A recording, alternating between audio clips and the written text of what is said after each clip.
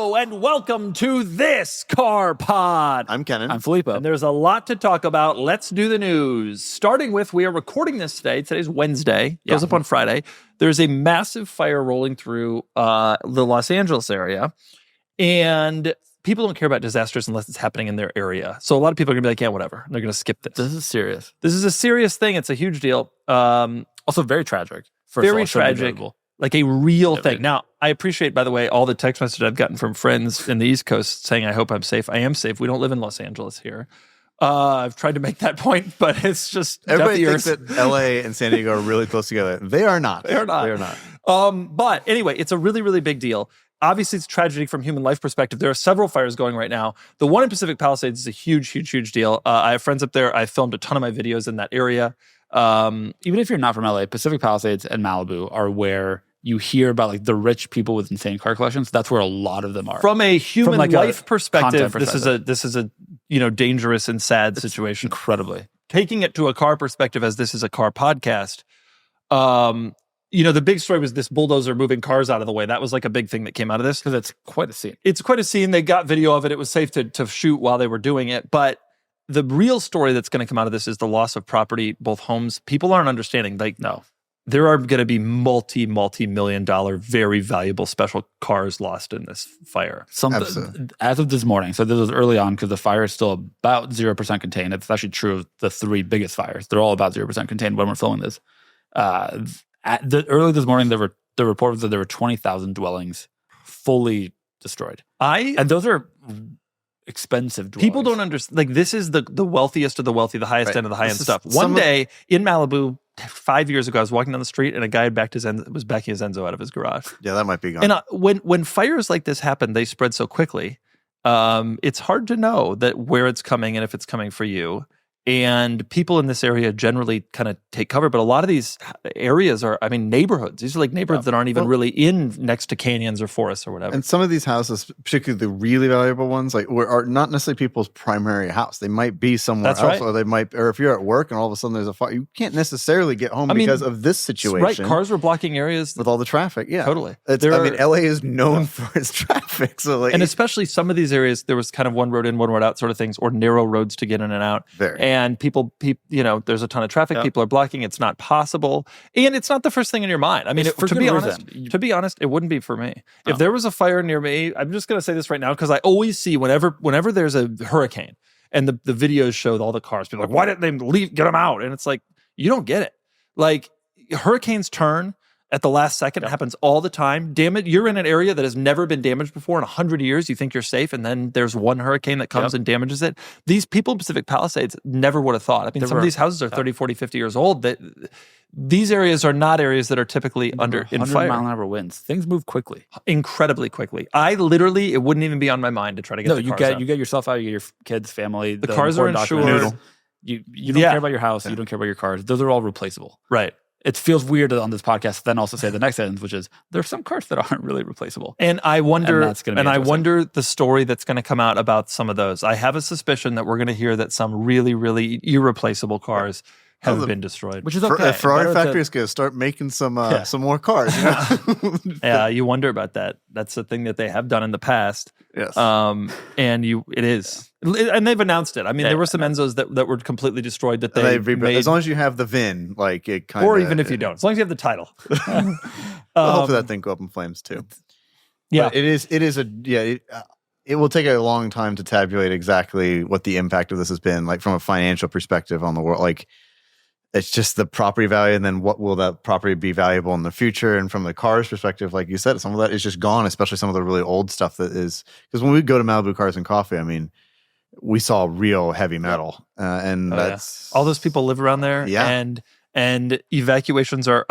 This fire, I first heard about it at 4:00, and by 10:00, there were many places gone. And you're thinking about, where do I take my kids? How do I get out of here with my kids, my family, my documents, whatever? And it's crazy. And the good news is that so far there have not been a lot of reports of fatalities. Yeah, not many. As we're filming this, I've only heard of 2 and none in this fire. I imagine that will change. You have to assume. Like, who cares about the property? Whatever. But it is something. It is interesting, though. I agree. Who cares about the property? But it is interesting. This will be the costliest fire ever. I haven't heard anybody say that, but I have zero doubt in my mind. When the home's burning down, row after row after row are all $20 million properties. So then you wonder, do insurers pay out? Do some insurers are probably going to not be able to pay out? Does the state have to backstop some of this? Do they rebuild in this area? What does that mean for the underwriting for some auto insurers? What does it mean for Los Angeles in general? Like, does this city abandon Malibu? I mean, but it's not just Malibu anymore. Like the fire is in northern part of Santa Monica, Brentwood. And because of the winds and how dry it is, there's also small fires breaking out further east, which is insane. I mean, this could happen anywhere essentially now.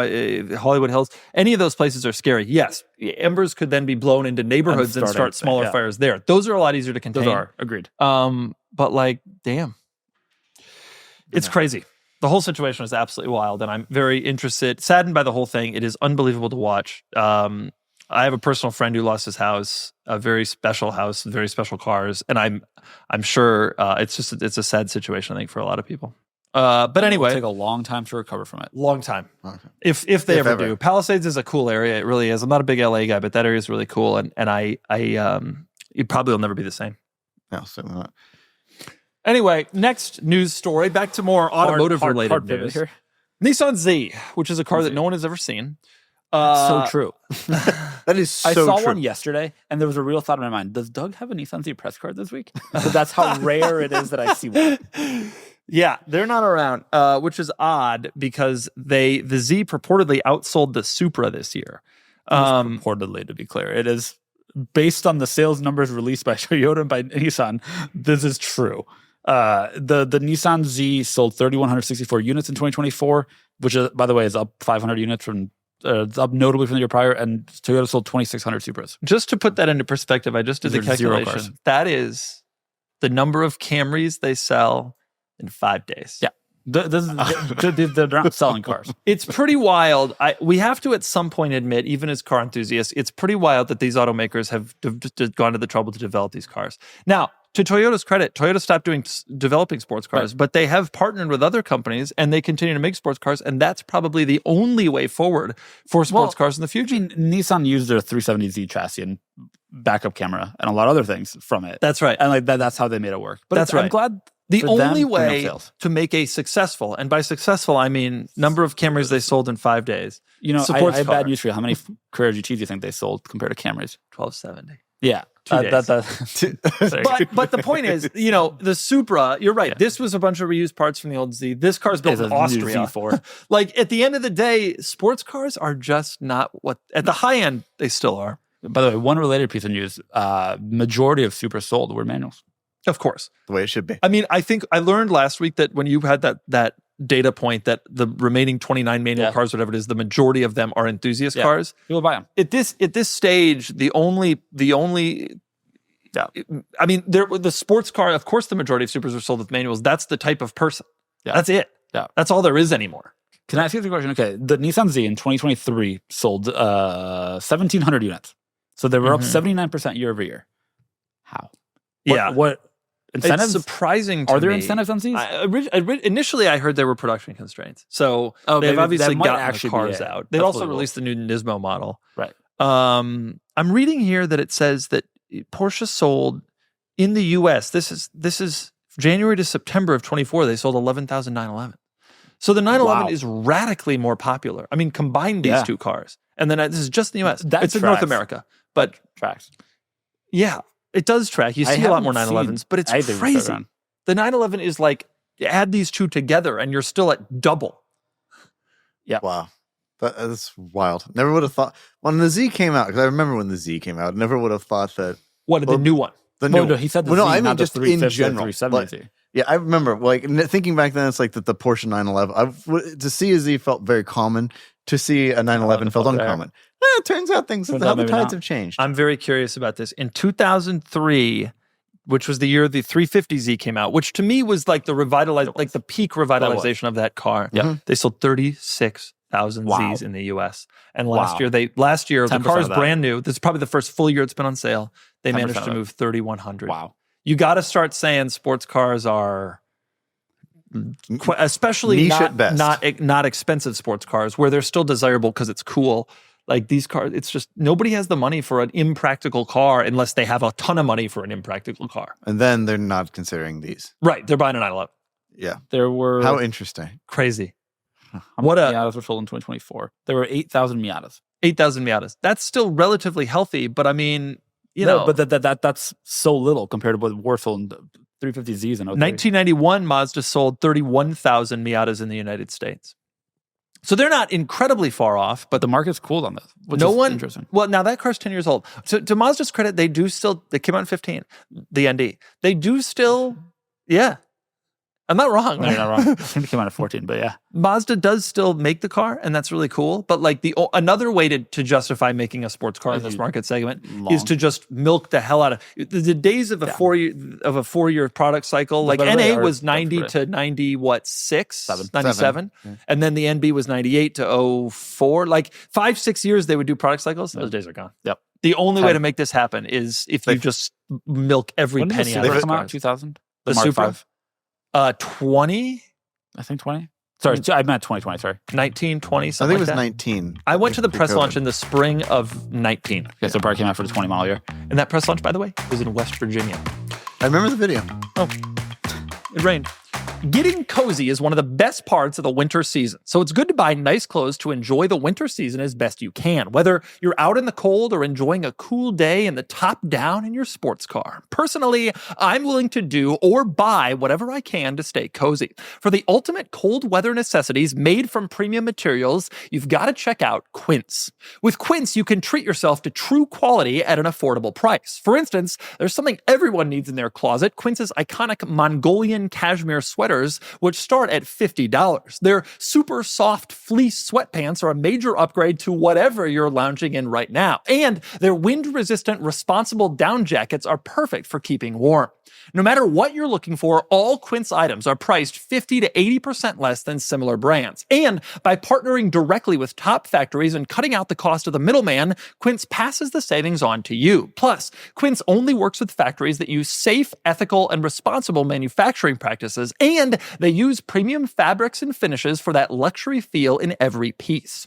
Kennan's wearing some Quince right now. Kennan, tell us about your experience. It's been wonderful. They have a variety of styles to pick from. I happen to pick this, and I love the fitment, the quality, and the prices truly or astonishingly low. That's excellent. Luxuriate in coziness without the luxury price tag. Go to quince.com/Doug for 365-day returns plus free shipping on your order. That's QUINCE, quince.com/Doug to get free shipping and 365-day returns. Quince.com/Doug. Okay, give us the next news story. Yes, the Mustangs. Yep. The Mustang Mach-E. How many? Okay. There was a new Mustang for 2024. Brand new Mustang. I was behind one yesterday. Rare. I saw one recently. The Mustang Mach-E, you're familiar with, is a small electric crossover. Yes. Which one do you think sold more? I bet it's the Mach-E. Wow. How did you ever guess? What were the numbers? All right. There were about 52,000 Mach-E's sold in 2024, which is the best year ever. The Mustang, on the other hand, had the worst year it's ever had. What? Well, ever is the headline that Motor 1 went with. I have not independently verified that it's ever, but it's notably How down. many did they sell? They sold 44,000. 44,000, which compared to the Supra and the Z is actually still pretty healthy, but the days of crazy Mustang sales are... Do you want to guess what the second worst year was? It's not last year. Yeah, 2023 had a little bump. The second worst was 2022 when they sold 47,000. In 2005, that was when the new Mustang came out, the new retro-looking one in 05. The new one, yeah. No, in 05 it was brand new. That was not the new Edge, sorry. Right. The new Edge entered in 04. 05, yeah. The new one came out, and they sold 161,000 in the US that year. There. And in 06, probably its first full year, they sold 167,000 Mustangs. Wow. And what'd you say, 44? Yeah. But add in the Mach-E, how much was it? with the Mach-E, 106. They're still doing great with Mustangs. That's exactly. I'm actually. It's the new Mustang. I think we can all agree is a little bit of a disappointment from a sales standpoint. They're not. You expect the new generation to have a sales boost. It has not really happened. I also find it to be a bit of a disappointment. Yeah, I was trying to be nice. It looks too similar to the S550 I love the new Mustang, but I have also loved the new Mustang for the last couple gens, and I don't see a great benefit. If I'm in the market, I would buy a 3-year-old. I'd buy a GT350, honestly. Yeah. Same Yeah, absolutely. The Mach-E is a legitimately competitive EV. And so it makes sense to me that that the Mach-E EV keeps going up a little bit, and the Mustang has maybe lost demand. Crazy though. Yeah. It lends credence to my trick that whenever I see someone and they tell me that they have a Mustang, I say to them, "Oh, a Mach-E." And if you do this to Mustang owners, they get very angry. But it's a real Mustang. To be right. But now I'm going to be like, well, I don't know. The electric one's more popular. I didn't know. I'm sorry. I assumed 18% more. Yeah. Things are shifting. Soon you're going to have to start saying, what, a GT350? I know it's a Mach-E, actually. They should do a Mach-E GT350. That would be interesting. They already do the Mach-E rally, the GT and the rally. Aren't they going to do that crazy off-roady one? The rally is, I think, the crazy off-roady one. I thought there was going to be like a one. There was talk of the Mustang brand expanding to an off-roader. There was not just talk. Ford confirmed that. Yeah, but it hasn't. There's going to be an off-road Mustang, like a rally fight. Tesla confirmed the Roadster in 2016. You know, any day now, that Filippo. year wasn't right. Any day now. By the way, you know what I got a lot of flack for? I said that thing about the Mazda 6. That's why. Oh no, sorry. I was like the Mazda 6. I don't believe anything an automaker says because the Mazda 6. I went to the launch and I said they'd have a diesel, and everybody replied they did make a diesel in Europe. Okay, listen, it was a U.S. press launch. And they never made a diesel in the U.S. They committed to it heavily, too. Yeah, heavily. Now, I will say, I went to the Jeep Wrangler JL press launch in Tucson in 2018. By the way, that's an old car. And they said they would have a diesel. And you know what? They did. So to their credit. They did have a hybrid. Very available for lease deals. They have a plug-in hybrid as well. There was a diesel for a while, but it's gone, I assume. I don't think there was ever... There was a JL diesel. Was there? Yeah, Kennan and I were big fans of it. Oh, huge fan. There's a diesel JL. Was it made by that Italian company? 3-liter eco-diesel. No, you're thinking of people. Here's something nobody knows. Do you remember the Jeep Liberty and the Grand Cherokee had a diesel? But I thought that the Wrangler one. There was a Wrangler eco-diesel for a little while. I recall that, but I thought it was made by an Italian brand. I can't help you out. This is the kind of thing Europeans do. Yeah. Americans at baseline just assume that American companies make everything. And so Europeans, I remember when I worked at Porsche and there was a plane crash. An Air France plane from South America crashed into the ocean, and they had to go find the wreckage. And one of my German colleagues at Porsche was like, a German company is the one that helped them find the wreckage. And it's like, I don't care about that. It really is something that only you can attack. Don't you? A Belgian company was responsible for making those paper clips, actually designing them in the first place. That is also something that my mother would say. So I feel bad that I've become that. All Filippos become their mother. Okay, move on to the next news story. We've hashed this out. Oh yes, okay. This cannot be a real image. It looks flat. It was not an attractive car. All right, Honda. What? I don't.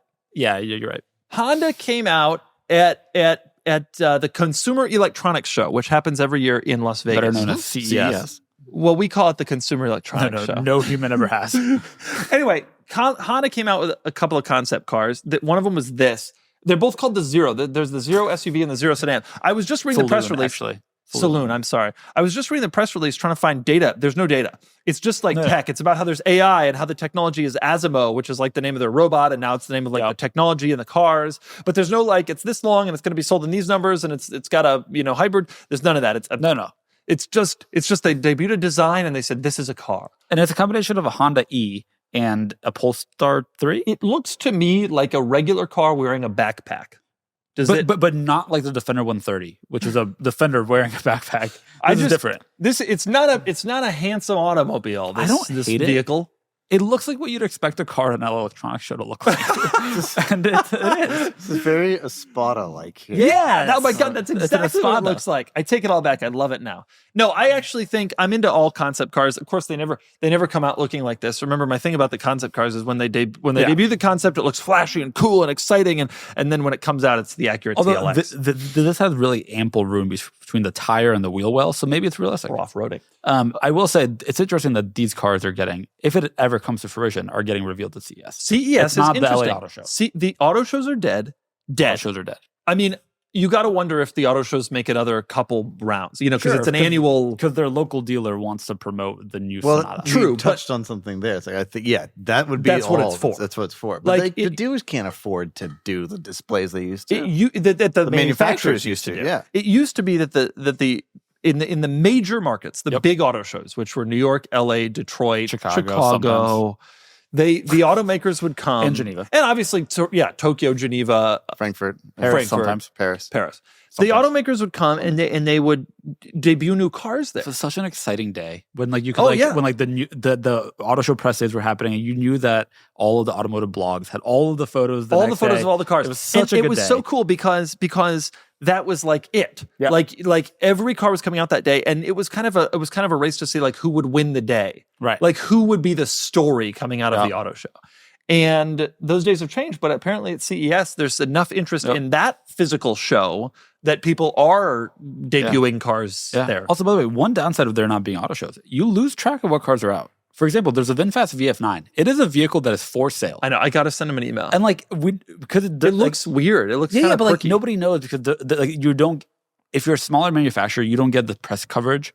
Like if Jeep releases a new Wrangler, they get press coverage regardless. But the auto shows kind of helped even out some of that. That's an interesting point. You really don't find out like what's on the road. No. Generally speaking, the first time I know a car is for sale is when I see it on the road or when they send me a press car. Sure. But for a long time, it was when it was at the auto show in production form. Right. It was like, okay, that car is the car and driver did a piece on it, Johnny Lieberman, our friend, and that's how you knew. You wonder how long, but do you wonder how long? That's close. You wonder how long CES stays a thing also? Like it used to be, there are a number of events every year. I'd wait for Apple to release their products, and they used to have events where Steve Jobs would go and talk to people. They don't do that anymore? They still do. Well, now they do it. It's all pre-recorded and it's all virtual, and like they just have something and you go and see it. It's not the same like it used to be. So I do wonder if like tech companies see the value in like having... The benefit though of CES... Other than having small things for press people. Like if you want the technology, you want to hold it in your hands. Like you want to see the Palm Pilot.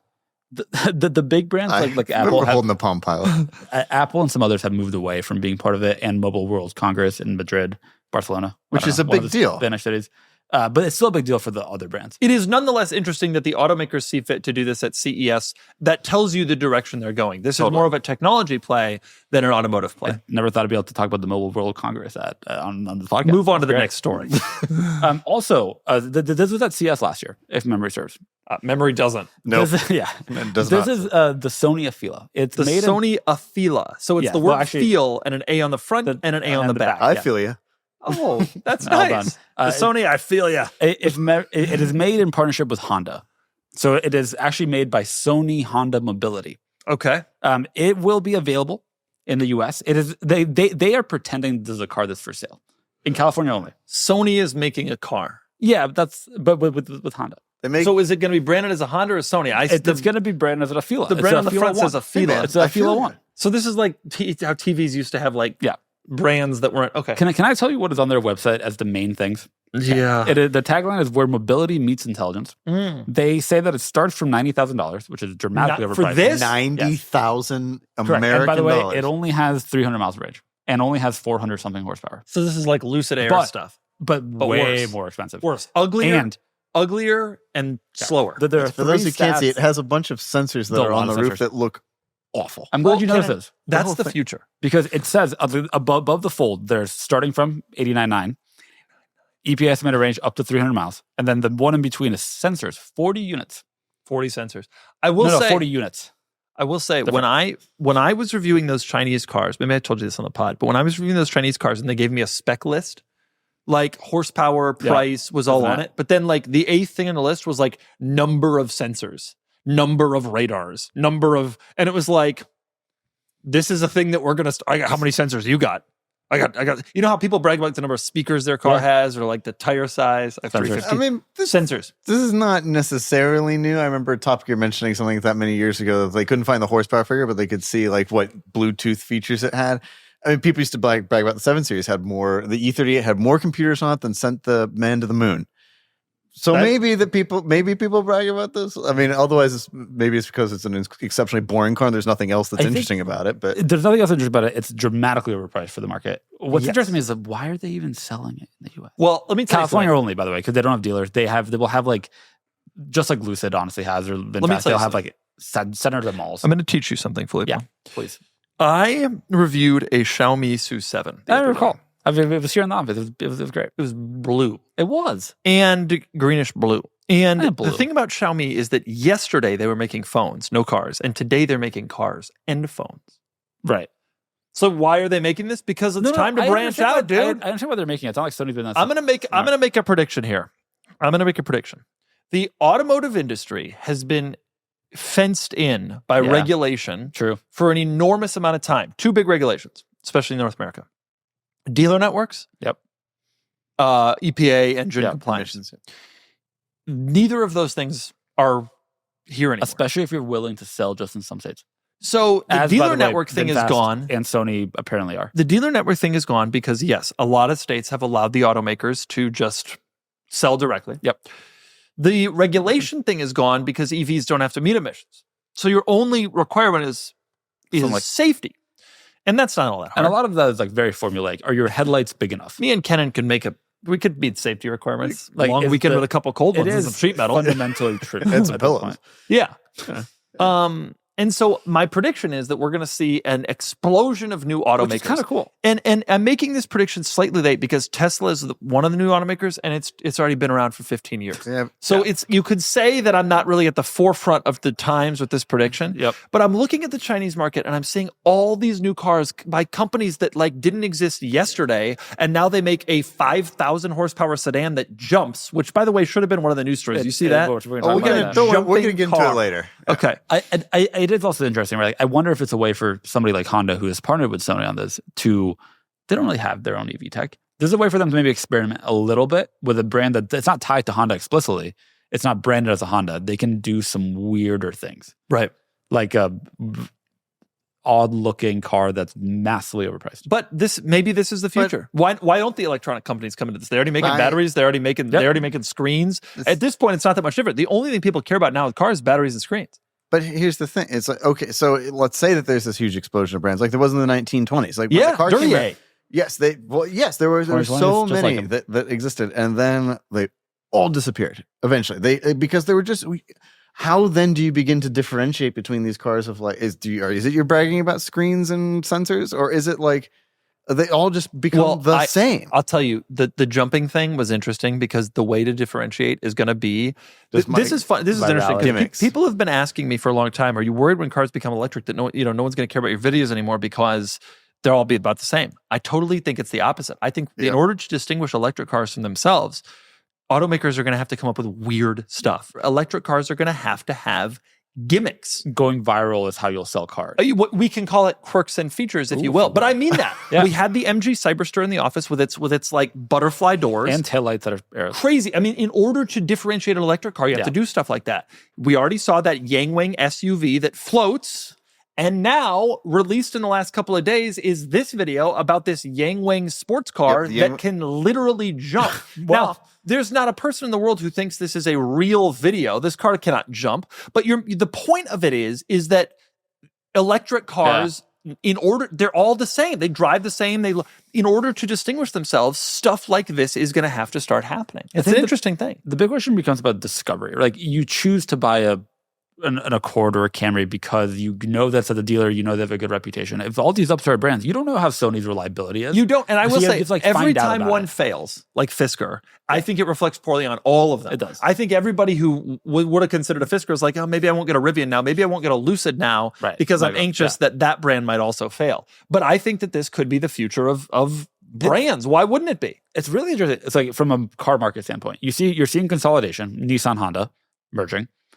And then you also are seeing like weird new upstart brands and innovation for companies that have money, like Sony, is also creating, or Yangwing, which we don't know anything about, is it's interesting. You're seeing consolidation in traditional spaces, and then a lot of new brands. Yeah, but discovery does really become the question. Like, how do you choose to find out about Yangwing? Right, because Yangwing is a BYD brand. I didn't know that, but. Yes, it is. But build your dreams, Doug. Build your dreams. Build your dreams. But anyway, the point is, these electric cars are coming. There's there's fewer barriers to entry than ever were. When I was a kid, and when my dad was a kid, it was always said that the big three would be it. Yep. And given the regulatory environment at the time, that was true. Things have changed. And you're going to see the Sonys, and if they come out with this Afeela, which is heinous and overpriced, that's how it's going to be. But like more cars are coming. The Faraday Futures, the Rivians, the Fiskers. You mark my words, you're going to be driving around on a Bibo. I do wonder who will enter the space not at the 100K sedan spot, because that's a weird spot to enter the market. When will there be a 25K? 25 is hard to imagine, although those Chinese cars are affordable. In Europe, the cheap side of the market is lot of those cars. Yeah, I agree.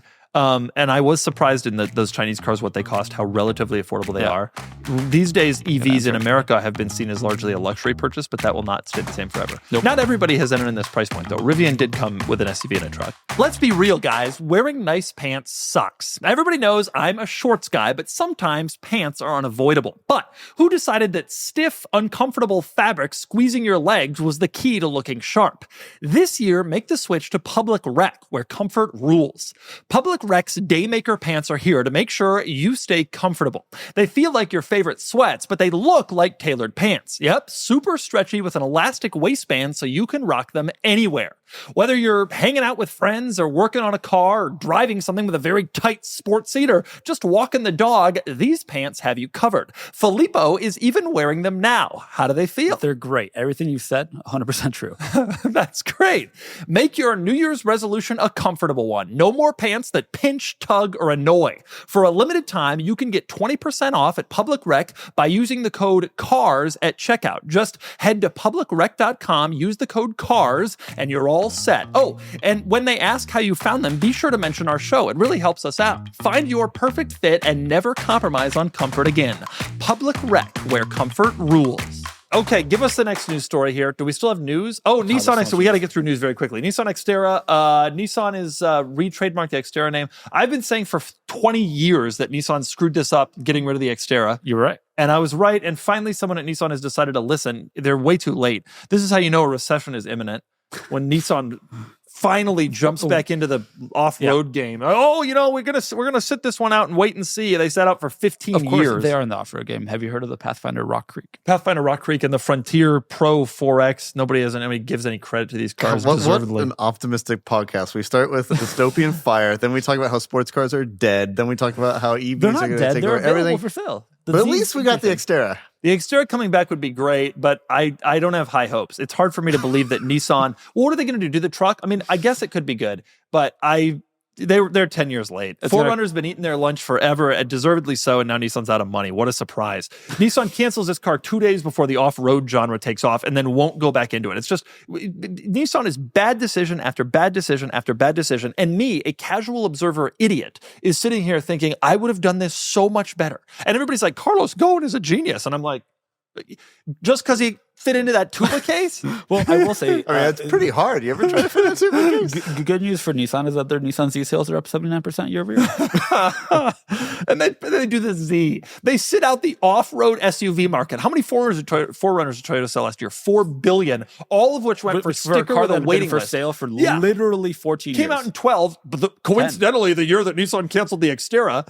And it's been going for on and on and on for years and years and years. Yeah. They're still selling hundreds of millions of them. And Nissan's like, we see all these SUV sales, we see the off-roader genre, we see the popularity, we're going to do a sports car.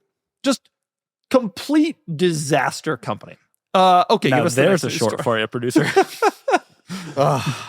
Finally talking about something like Italian. Chevy Cruze. So this is my story. No, this is not a Chevy Cruze. This is allegedly I'll tell you what it doesn't look like. It doesn't look like a Ferrari. No. However, this was spotted around Maranello driving around. This is supposedly Ferrari's test mule for what will be their upcoming EV.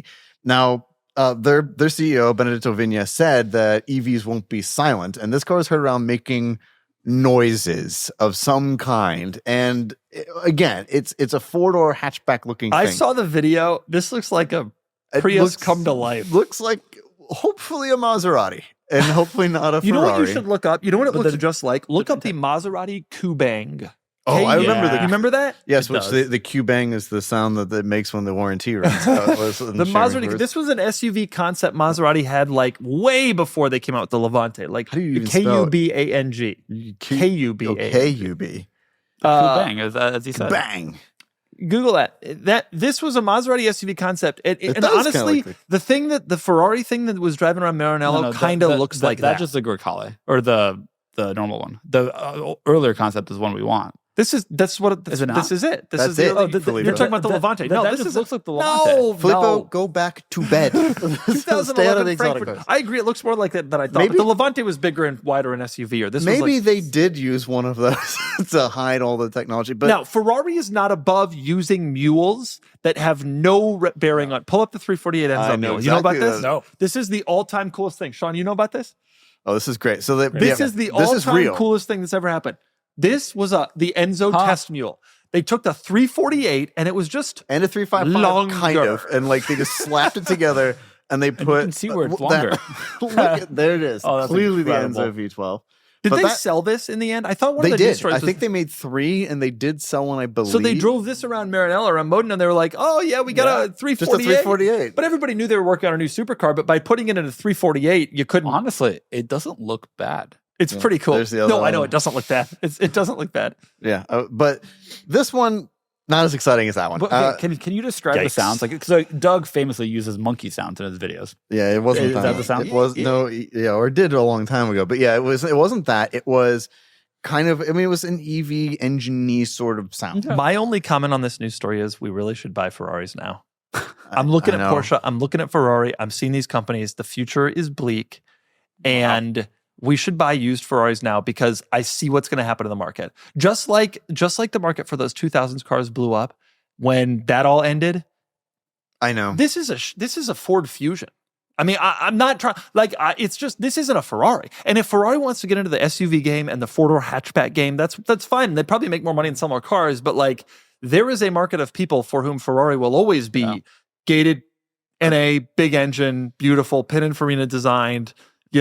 Nicolas Cage era stuff. Yes. There was the Enzo era, then there was the Nicolas Cage era. Yes. Well, some of us say the Luca de Montezemolo era. Yeah, okay. But you've got a great point, and that was the first thing I thought when I saw this.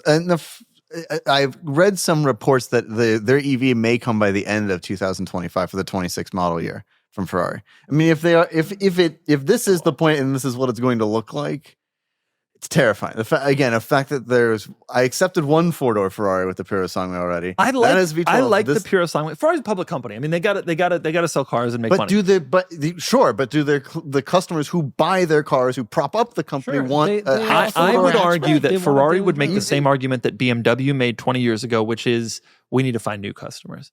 And we don't. Yeah, we're going to lose the manual transmission rear-wheel drive people, but like BMW has 8 SUVs, right?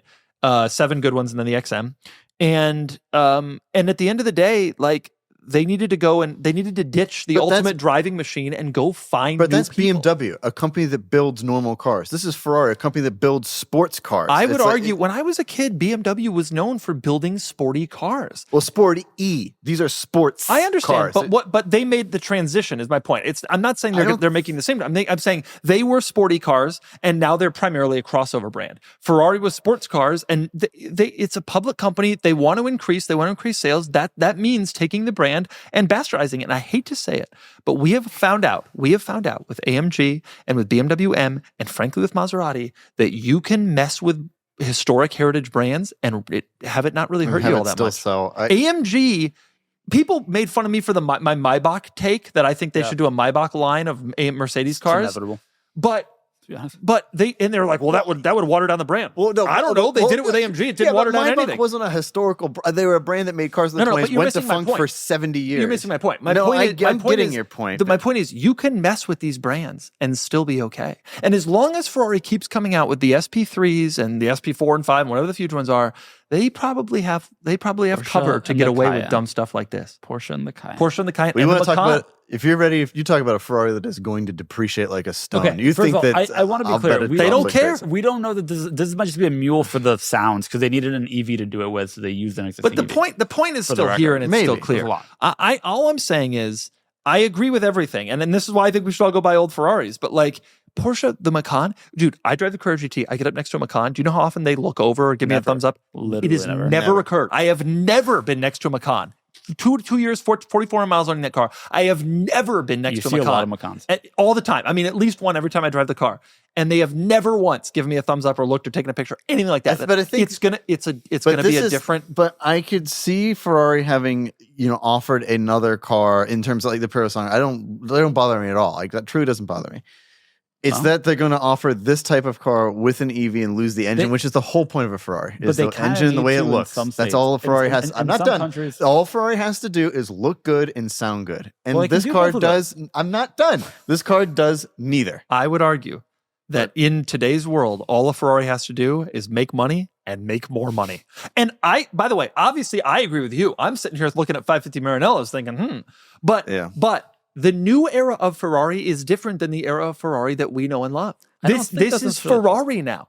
Maybe. I think I still want to see how Pro Songway sells. I mean, the V12 one is very appealing. Pretty well. But I think people are buying the V12 one because it's the V12 one and they know that I think people are buying it because it's a Ferrari SUV. And I think at some point, you're going to have to admit to yourself that today's Ferrari customers, much like BMW's customers when they expanded their lineup to 7 good SUVs in the XM. By the way, they have 9. They have 9 SUVs. You forgot about the iX. Oh, I love the iX. Greatly still. That the buyer is changing. The person who's buying these cars is simply changing. It's people who want the brand. It's people who want to show off. And Ferrari is more than happy to make a lot of cars at high profit margins that cater to them. Can't you imagine somebody who lives in London? You can only drive an EV in the center. They have their other Ferraris, but they want to have one for driving around town. The Aston Martin Signet of the Ferrari world. That's what's coming to mind. But really, though, I wouldn't be that defeatist about it yet. This is the future, my man. This is it. This is it. This is the end of these brands are changing as we know them. I'm just going to stay in the past. It's more exciting there. No, it is. And I think, honestly, that anybody who stays in the past will be richly rewarded financially. I think that as the new Ferrari comes out and the brand still remains hot and exciting and all the athletes have them and all the celebrities have them, people are going to look for the past and say, oh, the Countachs, the Muras, the 550s, all these brands, right? It's true of all of them. Lamborghini, Ferrari, Porsche as well, because now the GT3 RS has a giant wing and nobody cares how it drives. But the historical people are now talking, okay, the rare stuff, the old stuff, the heritage, the history. I guess as a kid, I never thought I would ever turn my back on my favorite brand, which is Ferrari. Everybody thinks it's BMW. It's not. You don't have to turn your back on it. I think I am going to if they just build cars that are completely unappealing, which in my opinion, it is. It's not appealing to me. It's appealing to the people and their shareholders. I will say, I think they're going to continue. Their brand is very valuable to them and very important. I think they will continue making very special cars that you love, like the SP3. And like the 812, things like that, or the 12 cylindry, as I call it. 12 cylindry. Grazie mille. I think that they will still keep making those cars, but the future of the Ferrari brand is clear. And all these brands, they want to make money. Look what the Urus did. Every other Lamborghini now they sell it now. It used to be, I would say I would be more okay with this if it meant that the Formula One team could do better because they have more money to pump in it. But guess what? They don't. They're a joke. And, the F1 cost cap, they can't do it. I will say the last point on this, Italians, really known for their expertise in electronics. I'm sure it'll be a very reliable car, especially from a very reliable brand like Ferrari. Okay, we've gone way too far into the news. We have to get through everything else very quickly, but we will.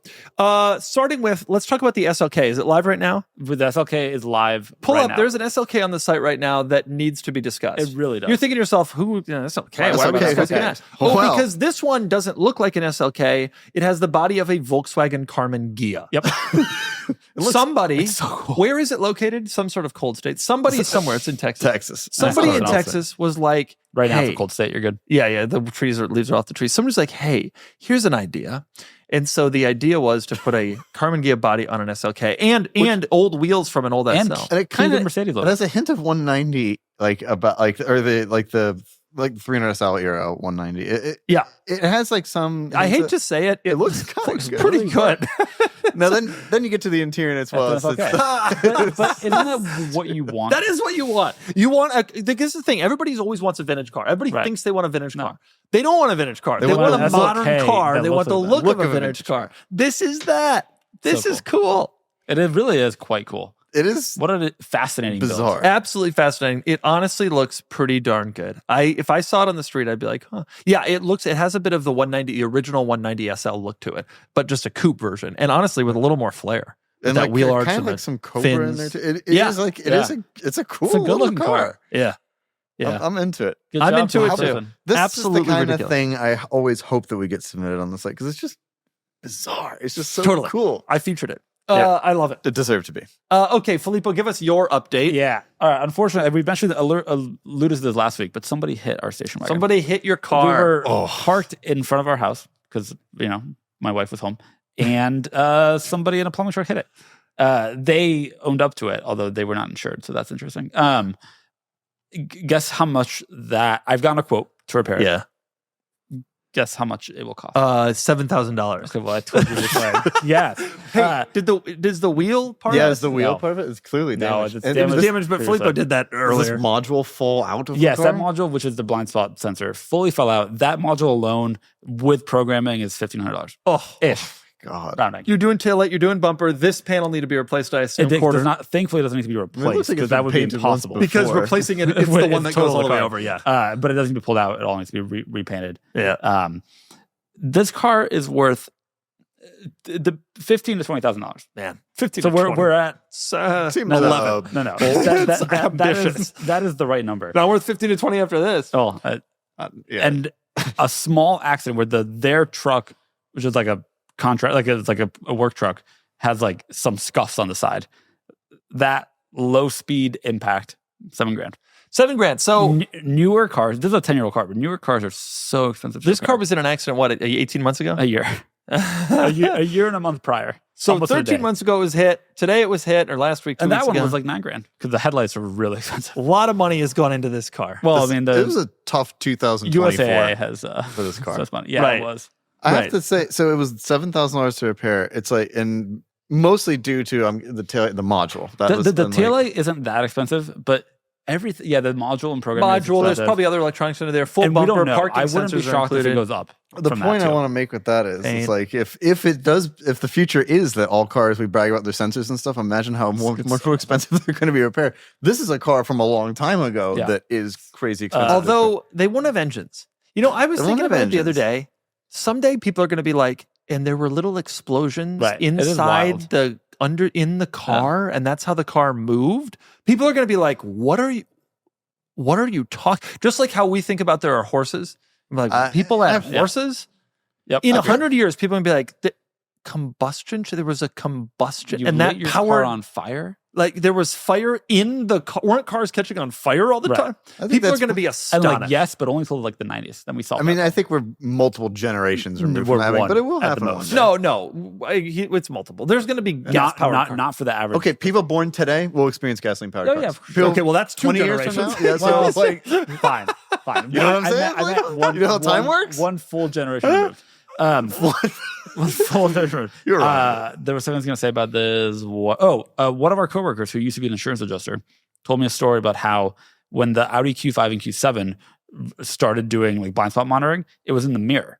So when somebody like hit your mirror, which happens, you have to replace it, and then you have to do a full alignment for that technology to work. So anytime somebody hit your mirror and you have to replace it was many thousands of dollars because of those sensors. They've gotten better, right? Like that's like a simply replaceable part, but it's yikes indeed. Okay, we got to go on to the market report. As always, If, by the way, you want to buy a heavily damaged Mercedes so I don't have to fix it, let me know. the market report is, as always, brought to us by the Cars and Bids app, which is located on your smartphone. If you have an Apple device. If you have an Apple Go to device the and Apple if App you've Store. downloaded the app, you have to have done both. And you should. I only want to talk about one market report car, which is the BMW 1M. Then we'll move on to questions. We sold the 1M the other day for $50,500, and it had miles. What was the miles? It had 63,000 miles, and it had been used. Some mods. And too. it had some mods.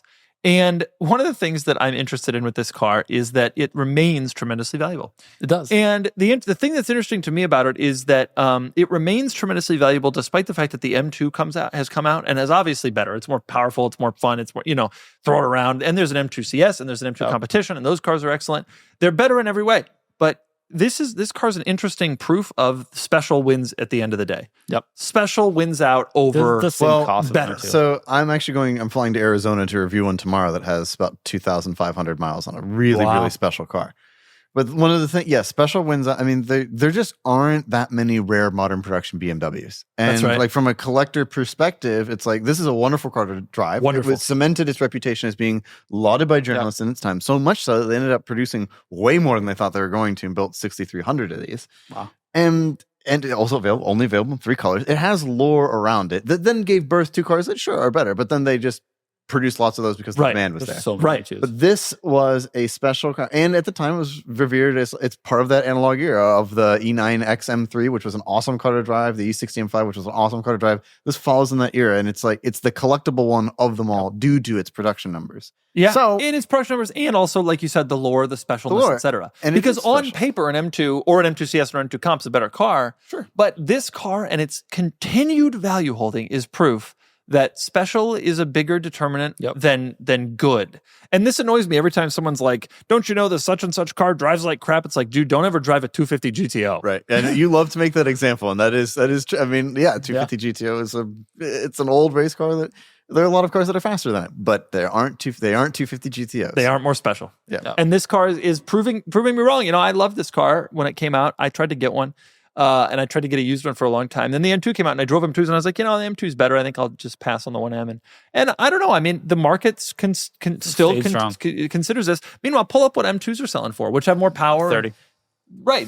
Is that true? Yeah. Can you get them in the 20s already? I don't know. Yes. Look at that. They're already in the high 20s with a tip. I mean, it's an interesting conversation. Like at the end of the day, special wins. Special wins. I have often thought about getting a 1M. I love that car. Always thought it was cool. I've often thought about getting a Mark IV. Have you considered a 135i for literally a quarter of the price? I like special. Yeah, but that's exactly the problem. I know. That's why you don't think special. You don't think in the way that not Kennan and I self-aware. think. You think I'm not self-aware? No, I don't think you're self-aware about this. I think because that's your knee-jerk reaction. Cost. I think you think about cost and entry price, and I think that special thinks about special and special. Opportunity cost. Okay, let's move on to the questions. Remember, you too can submit your questions to us. You go to carsandbids.com, you click the community tab at the top of the page, and there will be a post there, and it says, ask your questions, and then we'll answer the most highly upvoted questions. Yes, we will. Every week. Yep. First question from Never Used Blinkers. What are your thoughts on Resto mod cars? Well, we just covered that SLK, so. I think generally they're cool. I think a lot of the time sometimes you're ruining a classic to make a better car or a modern car. And I'm not necessarily into that. Car survived a long time. I'm more of a preservationist, like restorations, but for the use case scenario, being able to drive something cool that, you know, will start every time, that will drive, admittedly, probably better than the classic, like, it is really appealing. I love them all. Wow. And I don't care if they ruin a classic. I love a Resto mod. I've seen 300 SLs get ruined. I'm here for it. Oh. I love Resto mods. I think the concept of an old car on a new car, frame, interior, chassis, powertrain, electric. Well, I love it. I love it. You hit the nail on the ones I'm most excited about. I love the EV Resto mods for cars that are like luxury cars with EV powertrains, because luxury cars were never about the engine. It's not about that experience. It's about quiet. Or the Volkswagen buses or cars like that. Yeah, where the engine is just kind of there. It wasn't necessarily. Or the 356.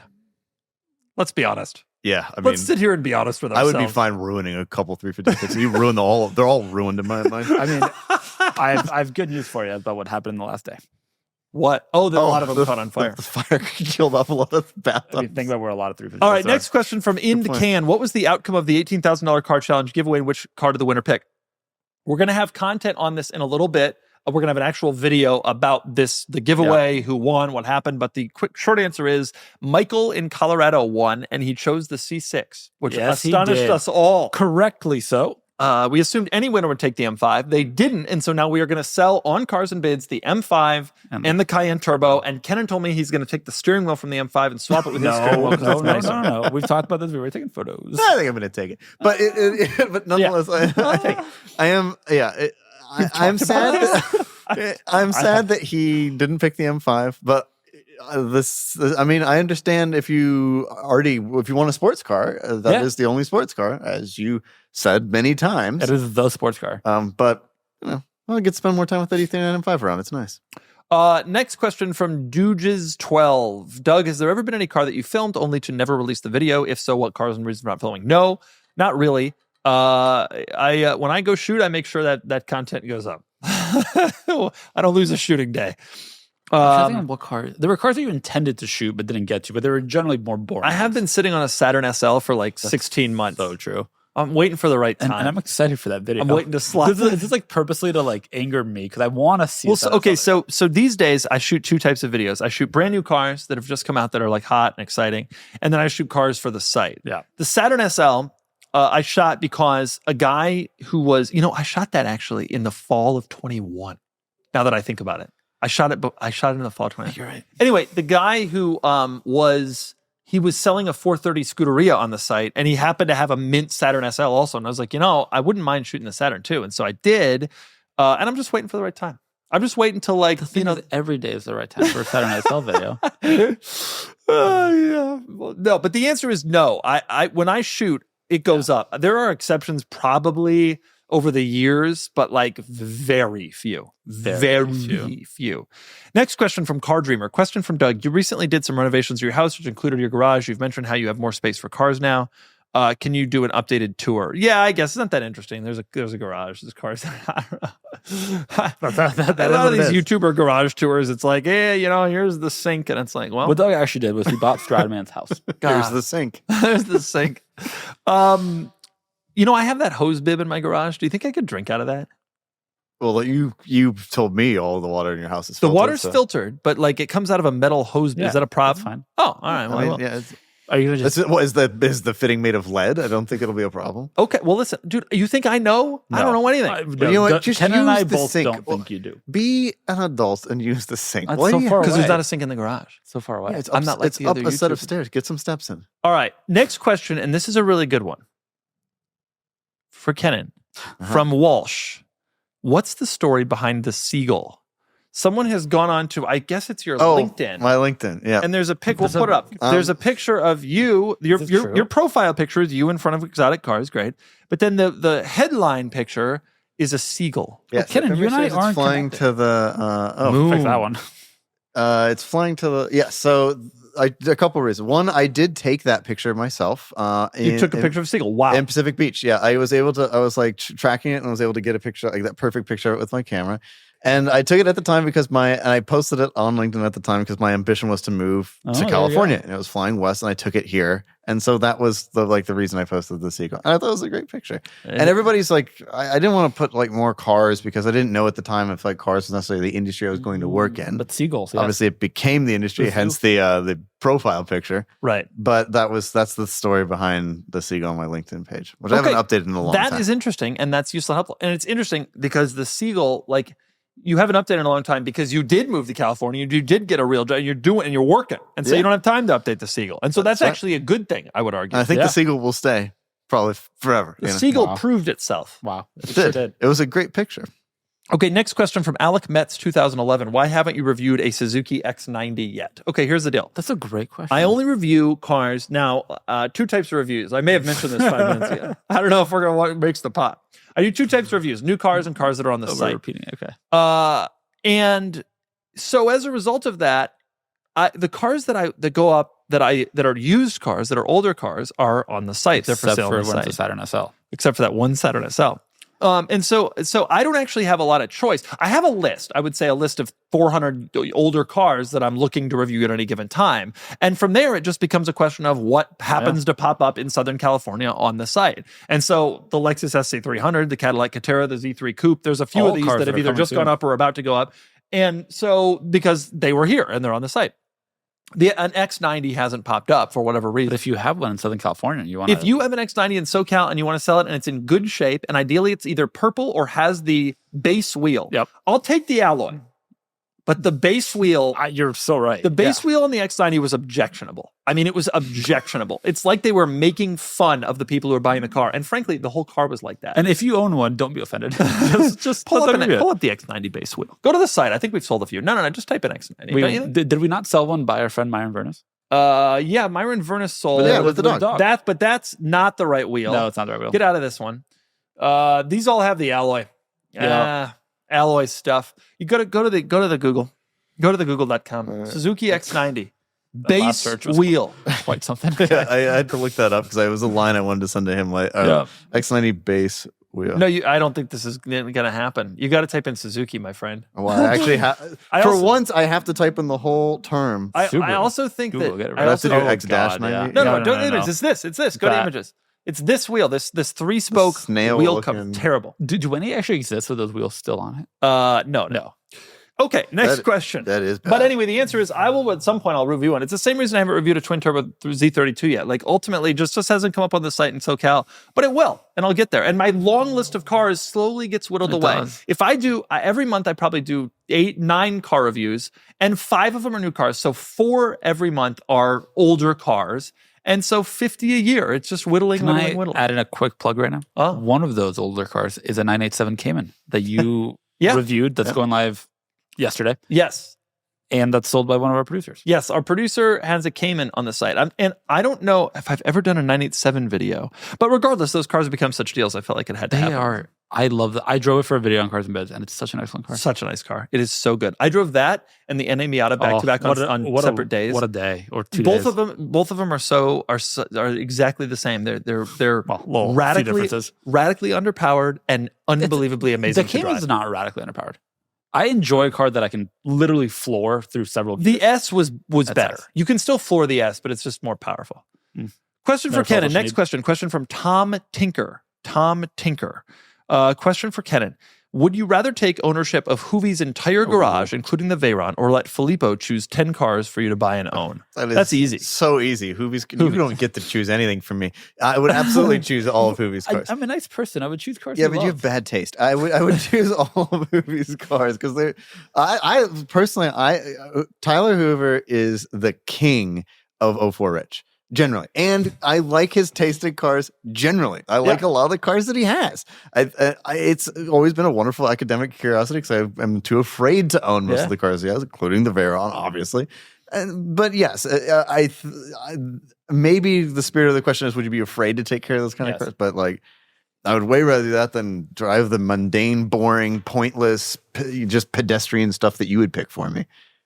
Can you add more P's into that? I'm sure I can. Poor. Just outright poor choices. Nice. Next question from Cyrus S. Who is the best tennis player? Filippo, Kennan, and I play tennis together every morning. Every single morning, including this morning. Well, a group of us play together. But yeah, you and Doug is the best. Filippo is second best. And I play... I'm there. For now. I'm the best. Filippo and I started the same time, basically, 3 years ago. And... I initially was just doing it for exercise, and then like everything in my life, I started taking it very seriously. And Doug has he said, I won't do this because I'll ruin it. Well, you've ruined it. So meanwhile, someone just show up.